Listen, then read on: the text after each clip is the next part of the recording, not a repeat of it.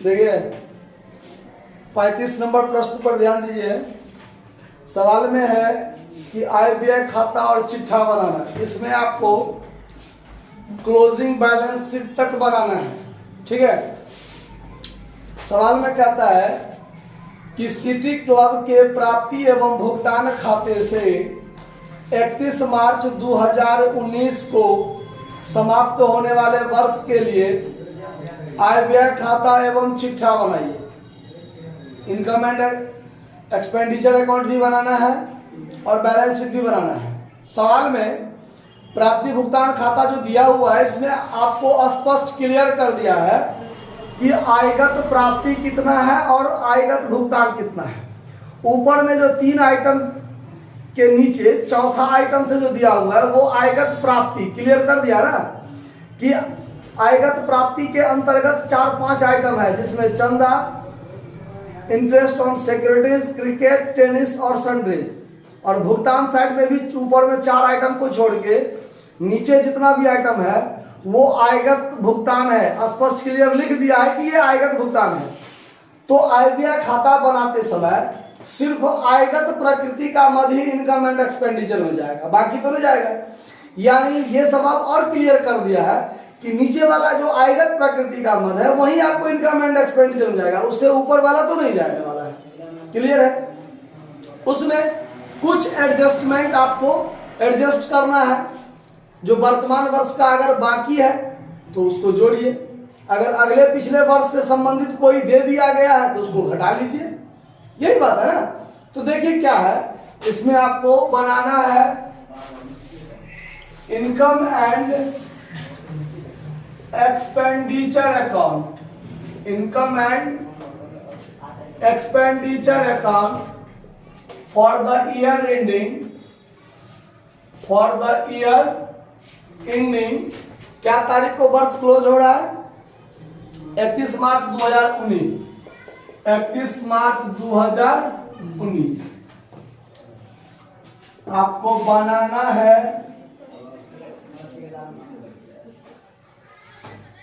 Debit credit. इधर आपका expenditure item होगा और इधर आपको इनकम का आइटम होगा। ठीक है, अब चलिए पहले आप प्राप्ति में से ले लेते हैं। देखिए आयगत प्राप्ति में चंदा 2019 और 20 से के लिए 50 रुपया सहित आपको 1600 रुपया हमने प्राप्त किया। अब ये हमारा 19-20 वर्ष जो है हमारा ये है 31 मार्च 2019 को क्लोज हो रहा है। तो ये वर्ष हमारा 18-19 वर्ष है। ये कौन सा वर्ष है मेरा? 2018-19। लेकिन 19-20 से संबंधित 50 रुपया, मतलब अगले वर्ष से संबंधित 50 रुपया सहित मैंने 1600 पाया है। ठीक है। दूसरी बात नीचे एडजस्टमेंट में है 18-19 के लिए, 2018-19 के लिए अप्राप्त चंदा 150, यानी वर्तमान वर्ष का 150 बाकी भी है और अगले वर्ष का 50 रुपया हमने एडवांस पाया भी है। तो दोनों का एडजस्ट करना है ना। तो यहां पर आप लिखिएगा बाय सब्सक्रिप्शन 1600 है ना। इसमें सबसे पहले ऐड कीजिए outstanding subscription for current year 150 जोड़ लीजिए तो 1750 और लेस कर लीजिए सब्सक्रिप्शन फॉर प्रीवियस ईयर, यानी पिछले साल वाला, यानी subscription receipt for previous year, यानी पिछले वर्ष के लिए हमें 50 नहीं सॉरी अगले ईयर के लिए, नेक्स्ट ईयर अगले साल के लिए मैंने प्राप्त किया है। Subscription receipt for next year 50 रुपया घटा लीजिए तो 1700 रुपया आपका क्या होगा? वर्तमान वर्ष का वास्तव में चंदा होगा। ठीक है। उसके बाद इंटरेस्ट ऑन सिक्योरिटीज 100 रुपया, बाय इंटरेस्ट ऑन सिक्योरिटीज 100 रुपया। उसके बाद है क्रिकेट से 200 रुपया आया, बाय क्रिकेट से 200 आया। फिर टेनिस से 250 आया है और सन्ड्रीज रिसिप्ट 50 रुपया है बाय सन्ड्री रिसिप्ट कितना है 50 रुपया है। ठीक है, अब ध्यान दीजिए, अब इस साइड वाला आएगत भुगतान वाला इधर दिखाएगा। तो आएगत भुगतान में है आपका सैलरी 900 और एडजस्टमेंट में है कि मार्च 2019 के लिए वेतन 85 रुपया बाकी था।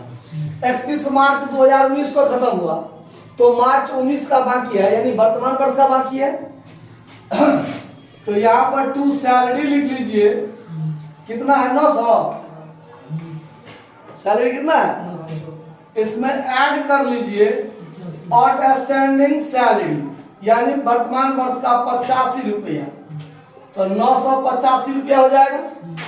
टेनिस में 300 खर्च हुआ है, टू टेनिस में 300 खर्च हुआ, क्रिकेट में भी है ना, क्रिकेट में 270, क्रिकेट में 270 खर्च हुआ है। बीमा में देखिए यहां पर एक एडजस्टमेंट है जो इसी में छुपा हुआ है, टू इंश्योरेंस, इंश्योरेंस 180 जो है ये हमने कभी भी इंश्योरेंस पॉलिसी का जो पेमेंट होता है पूरे साल का, लेकिन सवाल में है कि एक वर्ष के लिए दिसंबर 2019 तक का दिया हुआ है।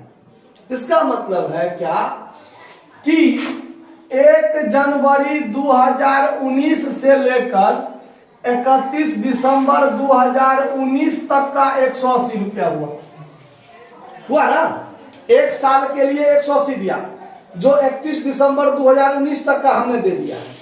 मतलब 1 जनवरी 19 से लेके 31 दिसंबर 2019 तक का बीमा 180 मैंने दे दिया है। लेकिन हमारा वर्ष क्लोज कब हो रहा है, 31 मार्च 2019 को क्लोज हो रहा है, तब तो इसका मतलब है कि ये बीमा पॉलिसी वर्तमान वर्ष से संबंधित 3 महीना का ही होगा। 9 महीना का तो अगले वर्ष के लिए हो गया, तो 9 महीना का तो प्रीपेड इंश्योरेंस हो गया जो इस वर्ष का सिर्फ वर्तमान वर्ष का ही ना होना चाहिए। तो आप क्या कीजिए, ये 12 महीना का है तो 180 में 12 से भाग दीजिए तो 1 महीना का, तो 3 महीना का ही मेरा साल इस साल का होना चाहिए ना। तो 3 महीना का कितना, 3 से गुना कीजिए, 3 चौका 12, 4 से काट दीजिए 45, यानी वर्तमान वर्ष का जो खर्चा होगा बीमा वो 45 रुपया होगा। इसका मतलब 9 महीना का बीमा अगले साल से संबंधित है और उसको हम लोग क्या कर लेंगे, घटा लेंगे। आ रहा बात समझ में ना। इसमें से बाहर 45 जाएगा तो यहां घटेगा कितना, 145, यानी 9 महीने का। अगर आप यहां 9 से गुना कीजिएगा तो क्या हो जाएगा, यहां 9 से गुना कीजिएगा तो इसको फिर काटिएगा ठीक से, तो 9/12 हो जाएगा। तो 3 चौका 3 तिया, 4 से इसको काटेंगे 45, तो 45 को आप 3 से गुना कीजिए तो 135 होगा ना। तो यहाँ 135 घटा दीजिए और लेस कर दीजिए प्रीपेड इंश्योरेंस, प्रीपेड इंश्योरेंस कितना, 135 घट जाएगा तो कितना जाएगा, सिर्फ 45 रुपया वर्तमान वर्ष का हुआ, 3 महीना का ना खर्चा, इसलिए। अब देखिए प्रिंटिंग 225 रुपया, टू प्रिंटिंग 225 रुपया, उसके बाद सन्ड्री रिसिप्ट 75 रुपया, टू सन्ड्री रिसिप्ट कितना, 75 रुपया हो गया। ठीक, अब आगे ध्यान दीजिए, अब क्या करेंगे तो इसका जोड़ घटाव कर लेंगे, सरप्लस निकल जाएगा, यहां निकालिए सरप्लस, जोड़ घटाव कीजिए। उसके बाद हमको यहां से सरप्लस जब हमारा निकल जाएगा तो इसके बाद हम लोग क्या बनाएंगे, सबसे पहले ओपनिंग बैलेंस शीट बनाना होता है, ध्यान रखिए। सबसे पहले क्या बनाना होता है, ओपनिंग बैलेंस शीट, जिससे कैपिटल फंड निकलेगा। इस सवाल में आपको ओपनिंग बैलेंस शीट नहीं बनाना है। क्यों नहीं बनाना है, उस पर ध्यान दीजिए। ये संस्था इसी साल प्रारंभ हुआ है, इसका जानकारी कैसे होगा? तो अगर रिसिप्ट एंड पेमेंट अकाउंट के डेबिट साइड में टू बैलेंस बीडी यदि नहीं दिया हुआ है और अतिरिक्त सूचना में प्रारंभ का कोई संपत्ति का कोई जिक्र सवाल में नहीं है, इसीलिए हम लोग इसमें ओपनिंग बैलेंस शीट नहीं बनाएंगे। क्यों नहीं बनाएंगे समझ में आया? अगर रिसीट्स एंड पेमेंट में टू बैलेंस बीडी कैश का प्रारंभिक शेष नहीं है, अगर वो रहता है तब हम ये मानते हैं कि ये संस्था पिछले साल भी था, इससे पिछले साल से भी कई सालों से चलता आ रहा है, तो पहले से हमारे पास कुछ कैश है, तो पहले से कुछ कैश है इसका मतलब ओपनिंग बैलेंस शीट बनेगा। यानी पिछले साल भी संस्था मौजूद थी तो उसका कुछ न कुछ बैलेंस शीट में उसका संपत्ति होगा, उसका पिछला कुछ लायबिलिटी भी हो सकता है, तो कैपिटल फंड का निर्धारण हो जाता। लेकिन इसमें ओपनिंग बैलेंस शीट नहीं बनेगा। क्यों? तो टू बैलेंस बीडी कैश पहले से नहीं है और कोई अतिरिक्त सूचना में भी उससे संबंधित बात नहीं कहा हुआ है। हम लोग को बनाना है सीधे क्लोजिंग बैलेंस शीट। क्या बनाना है?